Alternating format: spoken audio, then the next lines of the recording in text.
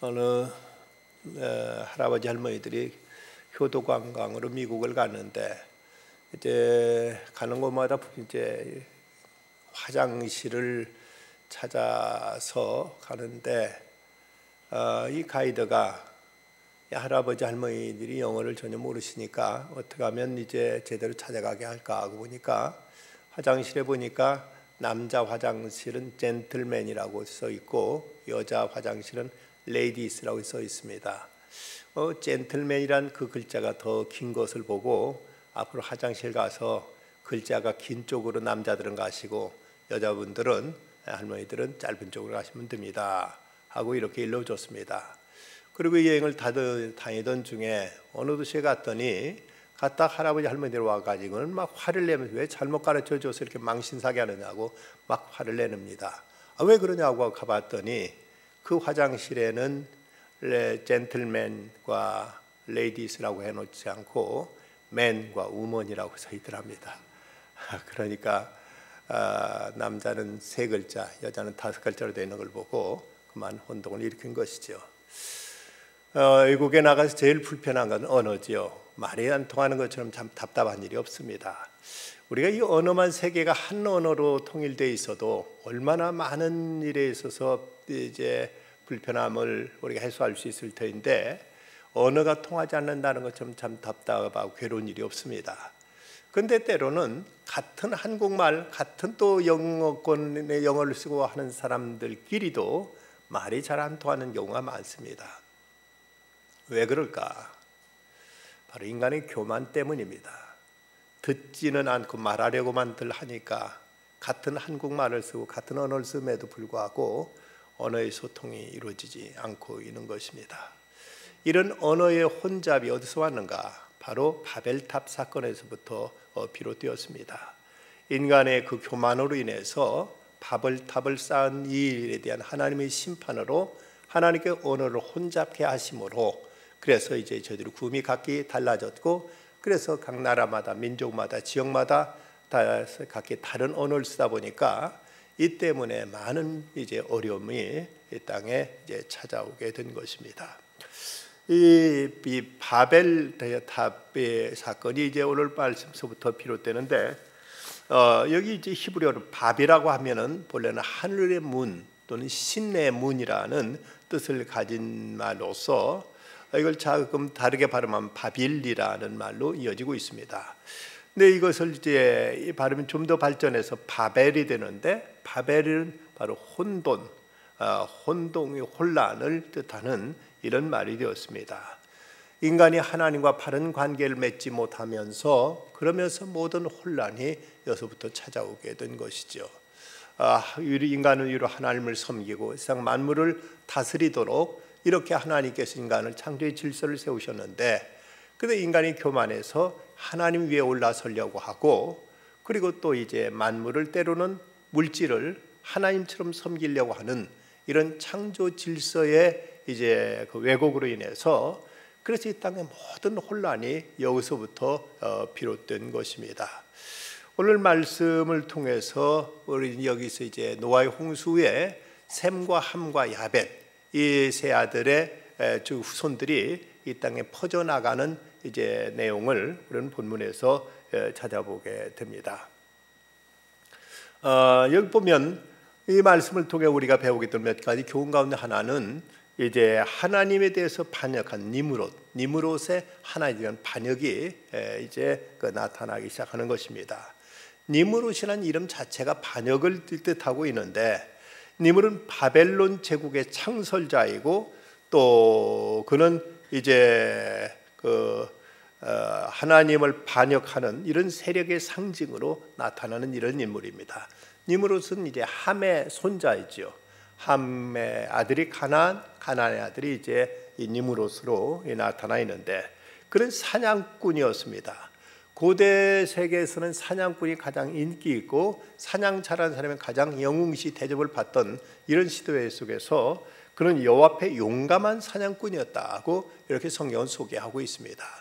이렇게 표현한 걸 보면 우리는 얼핏 생각을 하나님 앞에서 용감한 사냥꾼이었다. 그럼 하나님도 인정해 주실 만큼 하나님도 칭찬해 주실 만큼 대단한 훌륭한 사냥꾼이었다고 이해하기 쉽습니다만은, 그러나 여기에 대해서 종교학자 깔뱅은 그렇게 해석하지 않고 이 말의 의미를 하나님 앞에라는 이 말에서 하나님과 맞먹는, 이런 하나님과 맞대항하는 자세, 이런 사냥꾼이었다고 이걸 부정적으로 해석하고 있습니다. 하나님 앞에서 인정받고 하나님께서 알아주시는다는 의미가 아니라 하나님께 대항하는, 하나님과 맞먹는, 하나님께 맞서는 이런 자세를 행했던 사냥꾼이었다고 이렇게 깔뱅은 소개하고 있습니다. 여기 이제 함의 후손들에 대해서 다른 후손들과 비교하면서 언급되고 있는데, 이것은 그 함의 후손들이 어떻게 이제 그 셈과 야베스의 후손들과 달리 저주를 받았는가 하는 것을 이제 여기서 이제 나타내고 있습니다. 여기서 이제 가장 대표적인 인물이 함의 후손 가운데 니므롯이라는 이름인데, 이 니므롯은 말로 하면 나는 반항한다 또는 우리는 대적할 것이다는 이런 뜻을 가지고 있는 이름으로서, 어쩌면 함이 아버지의 그 하체를 보고 이것을 이제 떠벌린 것, 나발분 것에 대한 그 저주, 너는 형제들이 종의 종이 될 것이다 하는 이런 저주가 그에게 내려졌을 때, 여기에 대해서 이 니므롯은 여기서 왜 우리가 누구의 종노를 한단 말이냐, 두발 절대 그렇게 되지 않을 것이다. 우리는 오히려 하나님 대적하고 하나님보다 더 강력한 세상, 더 그런 세력, 더 높은 이제 그 나라를 세울 것이다 하는 이런 마음에서 이제 하나님을 대적하게 되었다고 이렇게 해석되고 있습니다. 그 10절에 보면 그의 나라는 신할 땅의 바벨과 에렉과 악갓과 갈레에서 시작되었다고 말씀하는데, 여기서 처음 바벨론이 이제 등장하고 있습니다. 바벨론은 성경에서 사탄의 왕국을 상징합니다. 음녀 바벨론이라고 요한계시록에서는 그렇게 표현되고 있고, 그래서 또 다시 요한계시록 14장 8절에 보면 또 다른 천사꽃 둘째가 그 뒤를 따라 말하되 무너졌도다 무너졌도다 큰 성 바벨론이여 모든 나라에서 그의 음행으로 말미암아 진노의 포도주를 먹이던 자로다 하더라고, 이렇게 바벨론에 대한 이제 심판이 선언되고 있는 걸 볼 수가 있습니다. 그럼 성경에 나타나는 바벨론의 특징 가운데 하나는 바벨론의 그 어떤 그 우상, 바벨론이 우상 숭배와 점술이 유행했던 곳, 그래서 모든 짐승의 그 모든 점술의 기원이 바벨론에서부터 비롯되었다고 이렇게 보고 있습니다. 왜냐하면 하나님을 고의로 대적하기 위해서 하나님 대신 어떤 종교성, 어떤 이제 우상을 힘을 빌어서 사람들에게 주술을 걸기도 하고 사람들의 어떤 미혹시키기 위해서 이런 점술이 이 바벨론에서부터 먼저 시작되었다고 하면서, 바벨론은 이 바로 우상의 속을, 우상의 어떤 그 가장 그 대표적인 이런 이제 왕국 내지는 도시로 이렇게 이제 상징됩니다. 그러면 바벨론은 폭력이 숭배되고 있었습니다. 그는 잔인한 사냥꾼이었는데 인간의 생명 알기를 짐승 좀 파리 목숨처럼 이렇게 알고 있었고, 저들은 이제 그 바벨론의 형벌 중에 하나가 사람을 산채로 그 가죽을 벗기는 이런 아주 잔인한 이런 형벌들이 자행될 만큼 이것은 이제 대단히 폭력적이고 아주 잔인무도한 이런 이제 폭력이 쉽게 자행되고 있었다고 합니다. 그런가 하면 또 하나 이 바벨론은 아주 음란한 도시였습니다. 바로 이 바벨론에서부터 이제 소위 그 호모 또는 레즈비언 같은 이런 동성애 이런 이제 음란한 행위가 여기서부터 비롯되고 여기서부터 발전하게 되었다고 이렇게 지적되고 있습니다. 이처럼 이 바벨론을 이제 건설한 것 니므롯인데, 바로 이 니므롯에 의해서 건설된 이 바벨론 도시 그리고 바벨탑, 여기는 바로 하나님을 대적하는, 하나님께 향해 반기를 드는 이런 세력의 어떤 상징과 이런 어떤 총체로서 여겨지고 있는데, 이것은 옛날 바로 이제 노아 홍수 시대 이후에 나타났던 하나의 어떤 시대적인 한 사건이 아니라, 이건 어느 시대든 이제 이런 악의 세력, 이런 하나님을 대적하는 불신과 이런 무신론적인 이런 어떤 반신적인 이런 세력들은 이 땅에 늘 상존해 왔고, 이것이 말세가 되어 갈수록 점점 더 이건 심화될 것이라고 이렇게 지적되고 있습니다. 사람들은 과학이 발달하고 사람 이성이 이제 깨어나게 되면 이런 헛된 우상 숭배 같은 거 하지 않으리라고 이렇게 기대했습니다. 그런데 현실은 결코 그렇지 않습니다. 우리 세상이 계명될수록 이성이 발달할수록 점점 더 인간은 또 한편은 종교적으로는 더 미혹되는, 이제 오히려 우상 숭배에 더 심화되고 더 이런 데 이제 깊이 빠져드는 이런 모습을 볼 수가 있습니다. 참 아이러니한 것은 전에 통일교 교주 문선명 씨가 주로 이화 여자 대학생들이 많이 미혹돼 가지고 그래서 거기서 많이 큰 이제 난리를 쳤고 큰 피해를 입었습니다.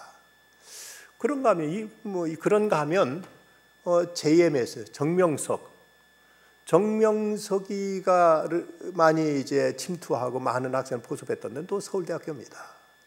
우리나라 최고의 지성, 제일 머리 똑똑하고 공부 잘한다고 하는 이런 학생들이 이런데 이런 그 얼토당토하는 이런 우상숭배, 이런 미신에 빠진다는 것은 참 우리가 상식적으로 납득하기 어려운데도, 그런데도 이건 하나의 영적인 것이고 이건 하나의 어떤 막마의 어떤 미혹이 있기 때문에 인간의 지성과 무관하게 이런 데 이제 사람들이 쉽게 빠져들어가는 모습들을 우리가 볼 수가 있습니다. 오늘날 우리는 소위 다원주의 사회 속에 살고 있는데, 이런 시대 속에서 뉴에이지 운동을 주장하는 사람들에 의해서 세계가 이렇게 모두가 흩어져서 갈등이 심하다. 그러니까 세계는 모두를 통일해야 된다. 그래서 세계 통일 정부, 그리고 종교도 서로 종교 간의 이런 다툼과 갈등을 종식하고 종교도 하나로 만들어야 된다고 이런 주장하면서 이런 혼합주의에 의한 어떤 단일 종교를 획책하는 이런 시도가 또 일어나고 있습니다. 여기에 대해서 알렉산더 시스로라는 학자가 쓴 두 개의 바벨론이라는 책에 보면 하나님을 반역하고 있는 정치적인 바벨론의 그 우상 종교 역사가 어디서부터 시작된가를 추정한 내용을 이제 기술하고 있는데, 이 바벨론 왕조가 바로 그 시조가 니므롯에게부터 시작되었다는 것이죠. 니므롯의 목표는 하나님을 반역하는 이런 그 하나님과 필적으로 하나님과 맞설 수 있는, 하나님보다 더 높은 이런 이제 바벨탑을 쌓는 것이 그의 목적이었습니다. 그런데 알렉산더 시스로는 이제 그 당시 설화나 역사를 이제 추적하면서 발견한 재미있는 사실은, 니므롯은 자기의 부인을 신격화해 가지고 사람들로 하여금 쉽게 우상숭배에 접근하도록 이렇게 만들었다는 것입니다. 그 니므롯의 부인 이름이 세미라미스인데, 그때부터 소위 여신 숭배가 시작되었다는 것입니다.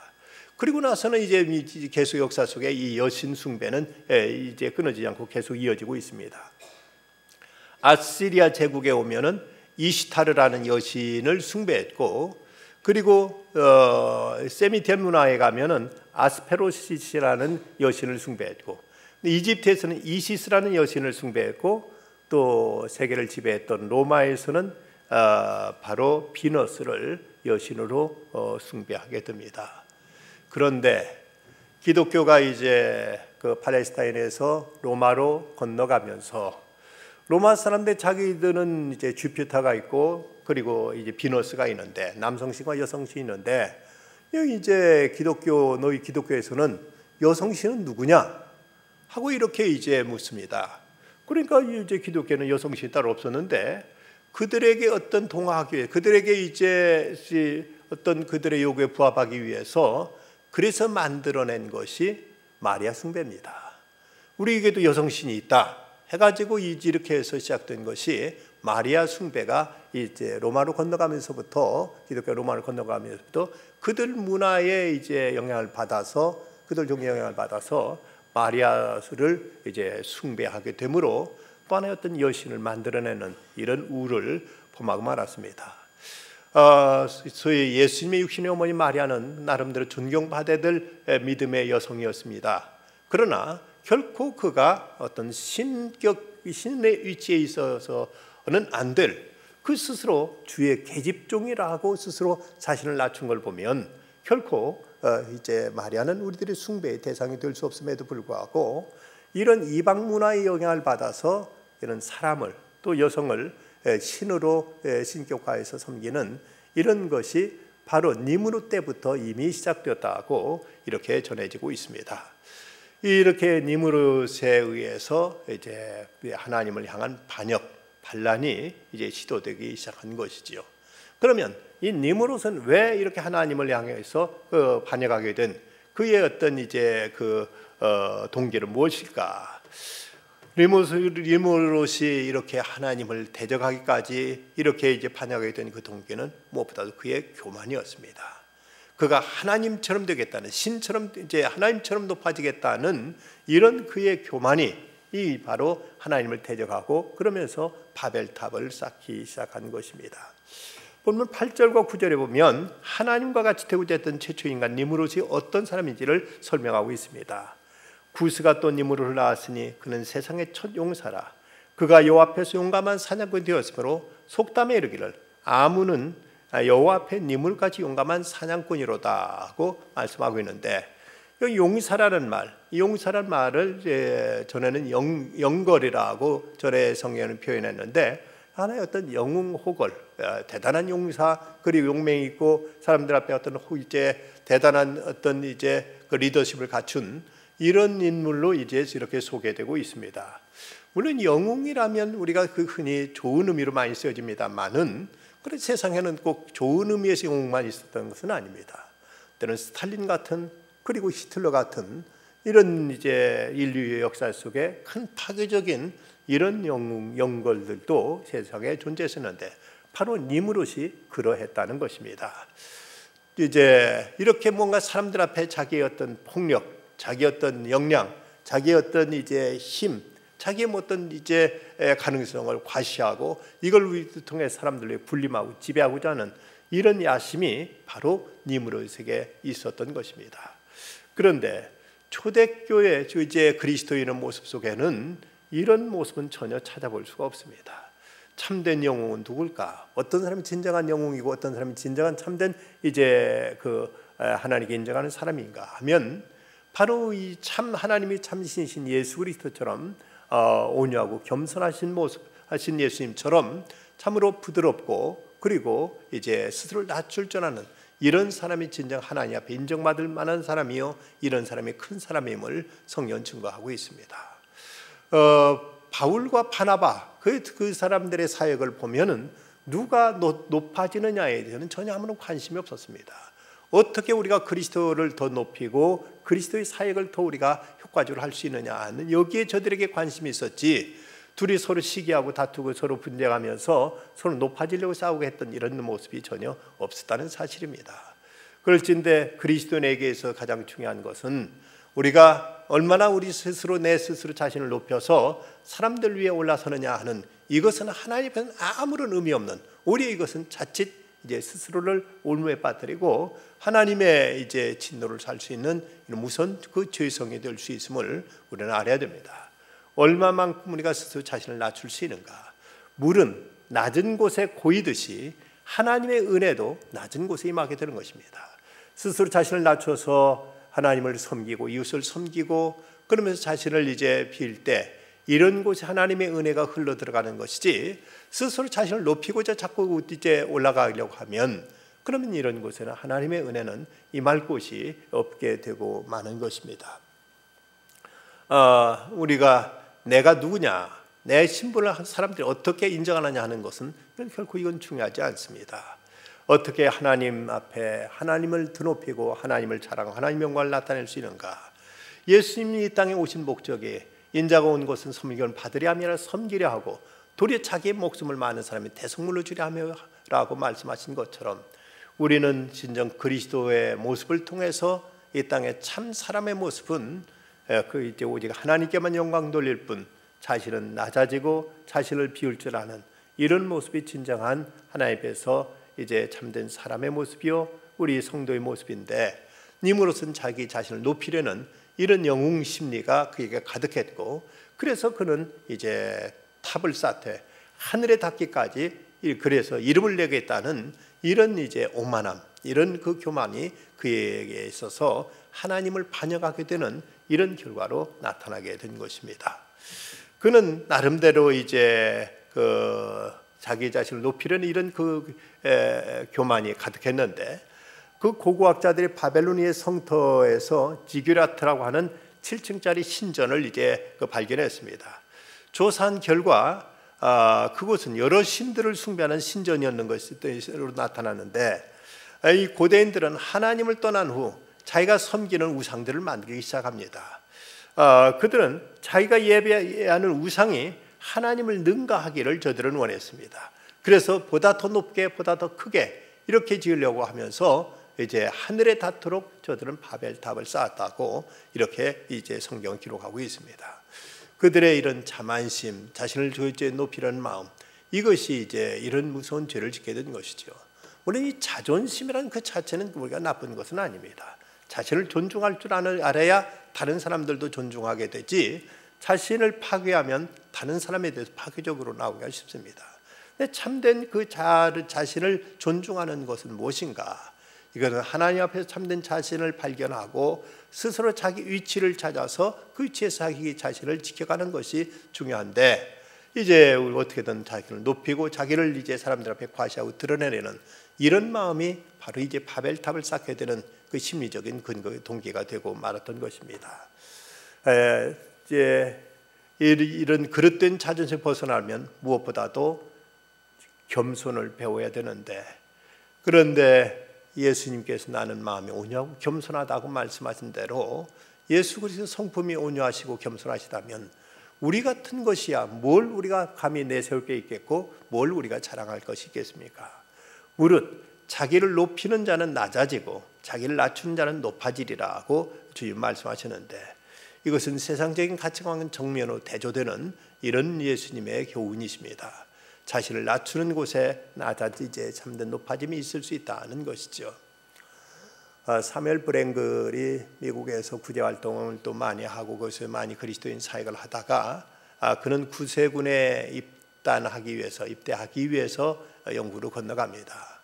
그런데 이제 미국에서는 대단히 존경받는 사람이었고 많은 사람 외에 참 보스처럼 군림하면서 더 하나님 앞에 내가 더 어떻게 헌신할까 하고 생각하고 영국으로 건너갔는데, 그런데 그에게 윌리엄 부스가 그에게 주어진 이제 첫 번째 책무는 사람들의 신발을 정리하라고 하는 것이었습니다.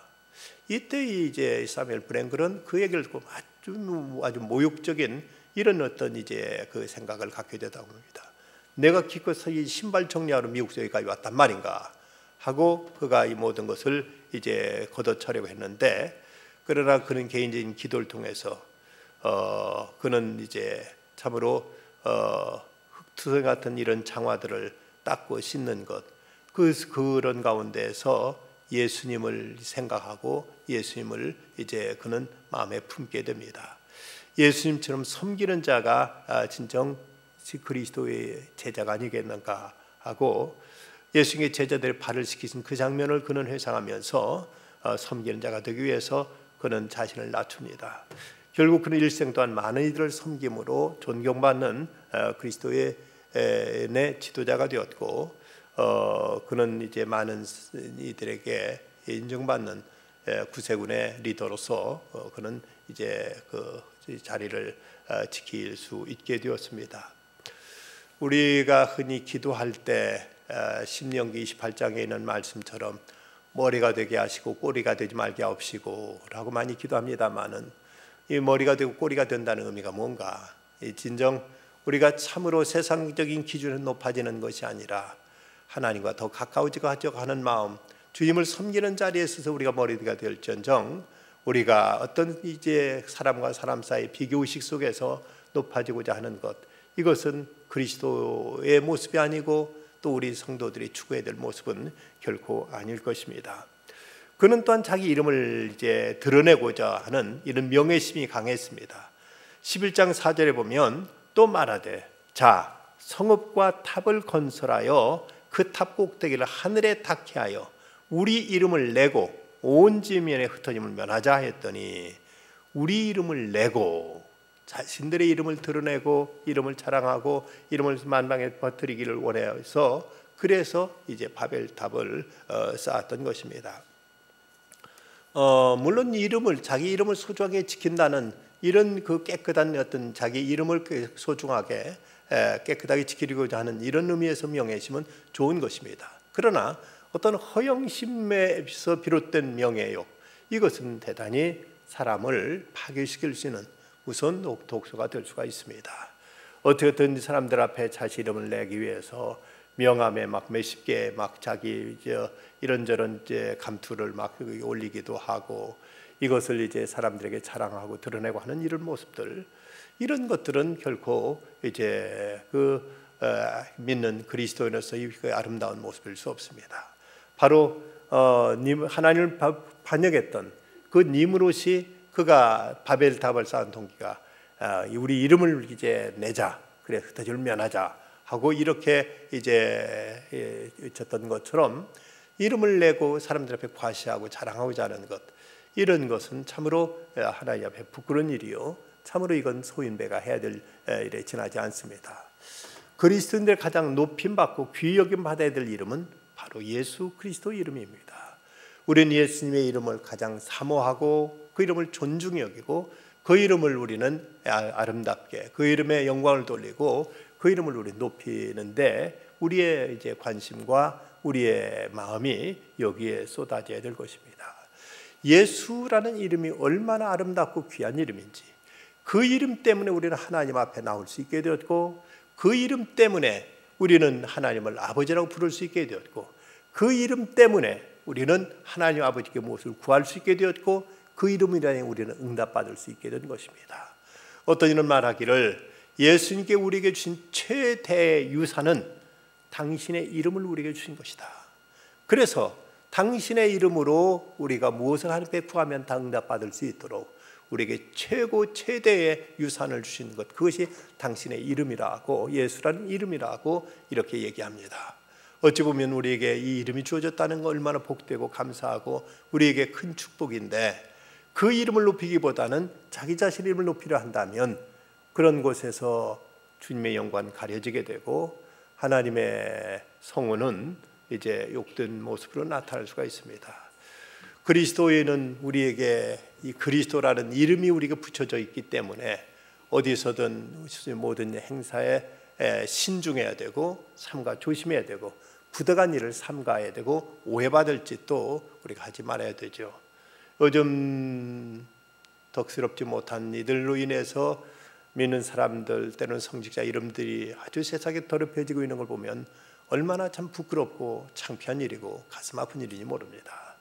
우리로 인해서 행여 죄 없으신 하나님 성호가 욕되지 않도록, 우리 사랑하는 예수님의 이름이 세상에 모욕당하지 않도록 삼가 조심해야 되고, 정말 우리가 이런 일에 우리는 결코 좋지 못한 일에 연루되지 않도록 해야 될 것입니다. 어떤 교회에서는 목사님이 이제 예배 중에 옆에 있는 성도들하고 우리 인사합시다 하고 이제 따라하십시오. 반갑습니다. 교회에서 만나서 반갑습니다. 그러고 나서 한마디 덧붙이는 말이, 우리 이상한 곳에서 만나지 맙시다 하고 얘기하더랍니다. 교회에서 이렇게 만나서 참 얼마나 반갑고 좋은데, 행여시 어떤 좋지 못한 곳, 아주 참 창피하고 부끄러운 곳에 만나면 얼마나 이것이 참 서로 무안하고 서로 덕스럽지 못하겠습니까? 우리가 이렇게 교회에서 서로 만나서 함께 성도의 교제를 나누고 서로 이제 같이 이렇게 이제 하나님께 예배드리고 할 수 있다는 건 큰 축복인데, 행여 부끄러운 곳에 우리 모습이 드러난다면 이것부터가 우리는 하나님의 영광을 가리는 이런 일이 되고 말 것입니다. 세계적인 유명한 전도자 D.L. 무디는 모세의 일생을 성경을 통해서 공부하다가 그 일생을 세 가지 스테이지로 그는 이제 나누어서 설명한 적이 있었습니다. 모세가 처음에 애굽 왕궁에 있을 때, 그때는 스스로 자신을 생각하기를 I am somebody, 나는 뭔가 어떤 사람이다, 나는 어떤 스스로 대단한 사람이라고 생각하고, 이제 어떤 자기 어떤 그 우월감, 자기 어떤 이제 자만심에 이제 도취돼서 스스로 이스라엘 백성을 구원하겠다 하고 나서다가 그만 살인을 저지르게 되고, 이로 인해서 왕궁에서 쫓겨나게 됩니다. 이거 첫 번째 스테이지에서 이제 모세가 스스로 자기 인식이 I am somebody, 나는 대단한 사람이다, 나는 어떤 이제 뭔가 할 수 있는 이런 이제 사람이라고 생각했는데, 그러다가 그는 이제 과거에 미디안 광야로 쫓겨나서 거기서 지내는 동안 스스로 거기서 생각을, 나는 아무것도 아니다, I am nobody, 나는 아무것도 아니다 라고 이렇게 스스로 이제는 자신의 모든 걸 내려놓고 이제 자신의 무능, 자신의 비천함, 자신의 이제 무력함을 이렇게 실토하게 되고 이렇게 절감했다는 것이죠. 그러다 하나님께서 그를 떡이나무 불 가운데서 그를 이제 불러 세우시고 너는 이제 바르게 가라. 내 민족 이스라엘을 끌어내라. 근데 처음엔 못하겠습니다. 하다가 내가 너와 함께하는데 왜 네가 못한다는 말이냐 하고 하나님께 그를 이제 내쫓듯 이렇게 그를 볼지에 보내십니다. 그리고 나서는 모세는 그 다음부터는 I am God's body. 나는 하나님의 사람이다. 나는 하나님의 존재라는 이런 새로운 자의식이 생겼다는 것입니다. 우리 그리스도인 모두도 우리 스스로 뭐 대단할 것도 없고 우리 스스로 하나님 아무것도 아닌 존재이지만 그럼에도 불구하고 하나님이 우리를 부르시고 택하시고 하나님 우리를 쓰신다면 우리는 하나님 앞에 소중한 존재요. 하나님의 이름이 우리와 함께 하시고 하나님의 능력이 하나님의 권세가 우리에게 주어졌기 때문에 하나님 안에서 우리의 정체, 우리의 한계, 우리의 가능성, 우리의 참된 실체를 우리는 이제 바라보고 이것을 통해서 하나님을 높이고 이웃을 섬기는 모습으로 나타나야 될 것입니다. 그런데 이런 니므롯의 반역은 바로 이것이 함의 저주로 인해서 나타난 결과였다는 사실입니다. 이제 함이 아버지 하체를 보고 이제 떠보는 일로 인해서 그에게 저주가 내린 것이죠. 예리되 가나안은 저주를 받아 그의 형제의 종들의 종이 되기를 원하노라. 어찌 보면 아무것도 아닌 것 같지만 이런 이제 아버지의 그 하체를 드러낸 이 일로 인해서 그 저주가 이제 가나안에 이어서 나타난 니므롯에게 이것이 그대로 드러나게 된 것입니다. 이걸 보면 이런 어떤 하나님이 세우신 권위에 대한 불순종과 이 권위를 무시하고 짓밟은 것이 얼마나 이것이 불행하고 얼마나 비극적인 결과를 초래했는가를 우리가 알 수 있는 대목입니다.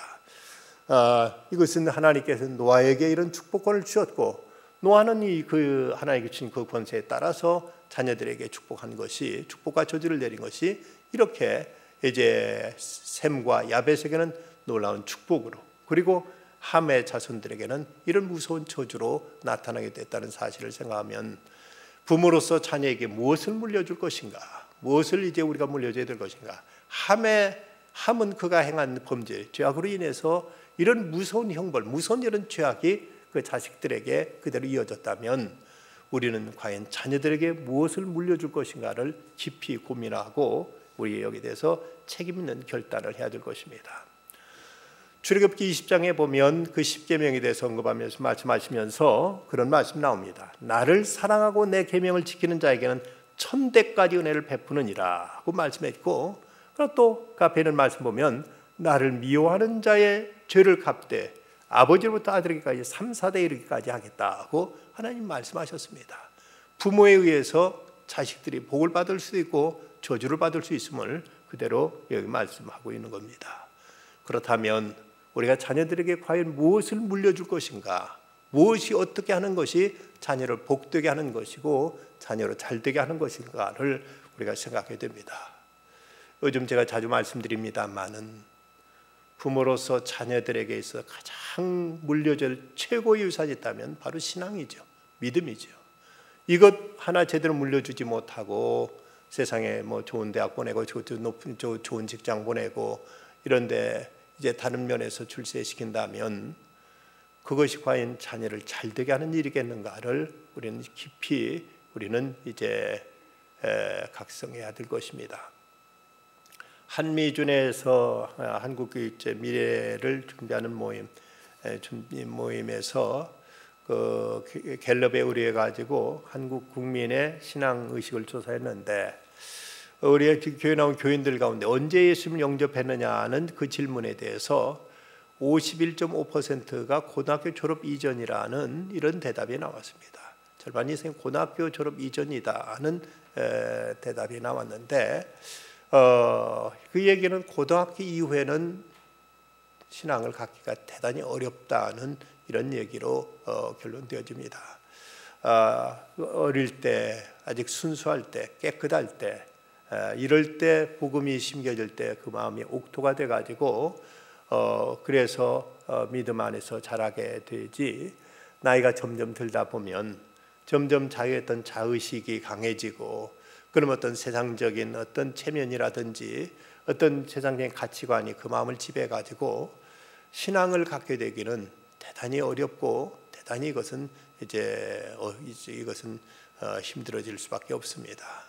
할 수 있는 대로 자녀들에게 어릴 때 믿음을 갖게 해서 그 믿음 안에서 자라게 해야 되는데, 그런데 아이들을 신앙으로 어릴 때부터 붙잡아 주지 못하면은, 이러면은 결코 좋은 인물로 키우는 데 있어서는 대단히 큰 문제가 있을 수 있다는 겁니다. 요즘 이제 한국 교회학교가 큰 위기를 맞고 있는 이유 중에 하나는, 그 모든 주일날에도 학생들을 학원에 다들 보내고 뭐 그런데 막 이제 쫓아보내 내몰다시피 보내기 때문에 아이들이 교회 나올 새가 없습니다. 그러다 보니까 아이들이 이제 점점 이 길을 통해서 신앙으로 멀어지고 하는데, 여러분, 분명한 것은 사람의 신체와 사람의 모든 이제 지성은 어떤 리듬이 있어서, 이것이 이제 일할 때 일하고 쉴 때 쉬어야만 그 효과가 극대화될 수 있는 것이지, 쉬지 않고 계속 몰아붙이면은 그 효과는 훨씬 반감될 수밖에 없습니다. 대체로 훌륭한 어떤 성적을 거둔 사람들에게도 들어보면, 쉬지 않고 공부한 것이 아니라 쉴 때는 쉬고 공부할 때 공부해서 집중적으로 공부해 가지고, 그래서 어떤 이제 좋은 기대 이상의 좋은 효과를 받지, 쉬지 않고 주일마저도 쉬지 않고 계속 공부로 몰아붙이면 그는 우선은 뭔가 하는 것 같은데 결코 그 결과가 좋지 않습니다. 이것은 뭐 어떤 신체적인 리듬에 있어서도 그렇고, 그리고 무엇보다 하나님의 축복이 말 수 없는 것이죠. 하나님 앞에 나와 예배드릴 때 예배드리고, 그리고 나서 이제 공부해야 그 공부도 효과적으로 잘 될 뿐만 아니라 하나님이 그 앞길을 축복해 줄 것이지, 하나님 외면하고 하나님 제쳐둔 채 인간이 애쓰고 수고하고 노력해 가지고 그래서 과연 무엇을 거둘 수 있을 것인가를 우리는 깊이 고민해야만 됩니다. 하나님을 경험하는 삶이라는 그 성경 공부 교재를 저술한 헨리 블랙 가비 목사님은 이런 간증을 했습니다. 나는 3살짜리 아들을 두는 한 부부의 집을 방문한 적이 있다. 부모가 이리온 하고 말할 때 그 아이는 언제나 불순종하듯 반대편 방향으로 뛰어가곤 했다. 그런데 그 부모와 할아버지 할머니는 책망을 하기는커녕 허허 아주 귀엽죠? 하고 말했다. 하루는 그 아이가 앞마당 놀고 있었다. 대문은 열려 있었고 아이는 2대의 차가 주차된 사이에서 뛰어놀았다. 차가 오는 것을 본 엄마가 얘야 이리 온! 하고 소리쳤지만 그 아이는 웃으면서 평상시대로 반대편 방향으로 뛰어가 막 달려오는 차 앞으로 뛰어들어 그만 현장에 즉사했다. 그것이 내가 처음으로 집례한 장례식이었다. 어렸을 때부터 순종을 가르치지 않고, 어렸을 때부터 바른 교훈을 주지 않고 아이들이 알아서 하겠지 하고 이렇게 방임할 때 그 결과가 어떻게 될 수 있는가를 생각해야 됩니다. 육체의 죽음보다 더 두려운 것은 영혼의 죽음입니다. 사람의 육체는 언제나 이 땅에서는 죽기 마련입니다. 좀 빨리 가느냐 이제 늦게 가느냐의 차이만 있을 뿐이지만, 영혼의 죽음은 영원한 저주요, 영원한 형벌이요, 영원한 심판일 뿐으로 이어지기 때문에 영혼의 죽음처럼 비극적이고 이것처럼 불행하고 저는 참담한 일은 세상에 없습니다. 함에 그의 불경건한 태도가 이렇게 니무롯을 통해서 하나님을 반역하는 이런 나라, 이런 세력으로 이제 자라갔던 것처럼 행여 자녀들에게 불신앙을 심어줘서 저들로 인하여 이 땅에 악의 씨가 되는 일이 없도록 우리는 자녀들을 믿음으로 가르치고 저들을 하나님을 경외하는 법을 어려서부터 훈련시켜서 하나님의 은총 안에서 곱고 바르게 자라 하나님의 축복 가운데 이 땅에서도 하나님의 영광을 드러내는 승리하는 삶을 살아가도록 해야 될 책임이 우리에게 있습니다. 니므롯의 그의 반역, 하나님 앞에 그의 교만, 그의 이제 하나님 대적하는 마음이 점점 이렇게 무서운 이제 이 땅의 악의 어떤 세력으로 이 번져가는 이 모습을 보면서 우리를 통해서 선 그리고 미 그리고 진리가 드러나고 증거되고 이것이 확산될지언정 행여 우리를 통해서 이런 무서운 악이 이제 파생되고 번져가는 일이 없도록 늘 하나님 앞에 하나님을 경외하며 말씀에 순종하며 그분을 높이며 살아가는 가운데 하나님 축복이 우리 자신과 우리 후대까지 그대로 전승시킬 수 있는 축복의 전달자가 되어야 되겠습니다. 기도하십시다. 거룩하신 아버지 하나님, 함이 아버지를 능욕함으로 인해서 그로 인해 나타난 이런 그 무서운 저주가 니무롯의 시대에 와서는 이렇게 참으로 무섭게 땅에 그 뿌리를 내리고 점점 번져가고 있는 이런 불행한 이제 이런 악한 모습들을 저희들이 배우고 깨닫습니다. 이로 인해서 지금 그 악은 오늘까지도 이어져서 이 시대도 이 바벨론에 의해서 얼마나 많은 이제 그 많은 사람 미혹되고 있고 범죄와 타락의 길로 치닫고 있고 심지어 하나님 나라가 도전받고 있는 이런 이제 악의 씨앗이 번져가고 있는 이 시대 속에서 저희들이 하나님 앞에 나와 이렇게 예배드릴 수 있으면 얼마나 큰 축복이요. 이 귀한 축복을 저희 자손들에게 자녀들에게 물려줘야 되는 것이 얼마나 저에게 소중한 책무인가를 다시 한번 깨닫습니다. 아버지 하나님, 저희라금 이 믿음에 굳게 서서 흔들리지 않게 하여 주시고 주님을 섬기는 이 귀한 신앙의 진리를 저희 자녀들에게도 그대로 전승시키고 저들에게 가르치고 훈련시켜서 저들도 믿음 안에 바르게 자라서 이 땅을 이제 복되게 하며 세상을 바르게 하는 일에 쓰임받는 하나님의 귀한 이제 자녀들이 될지언정 결코 니무롯과 같은 하나님을 대적하는 자로 살아가는 이런 두려운 일이 없게 하여 주시옵소서. 우리 교회 학교가 더욱 활성화되게 하시고 부흥되게 하시고 이 땅에 있는 많은 어린이들을 복음으로 저들을 변화시키며 하나님의 사람으로 세워가는 일을 위해서 더 큰 일을 감당할 수 있도록 이를 위해 수고하는 모든 이들에게 권능과 은혜와 주님의 지혜를 더하여 주시옵소서. 예수님의 이름으로 기도드리옵나이다. 아멘.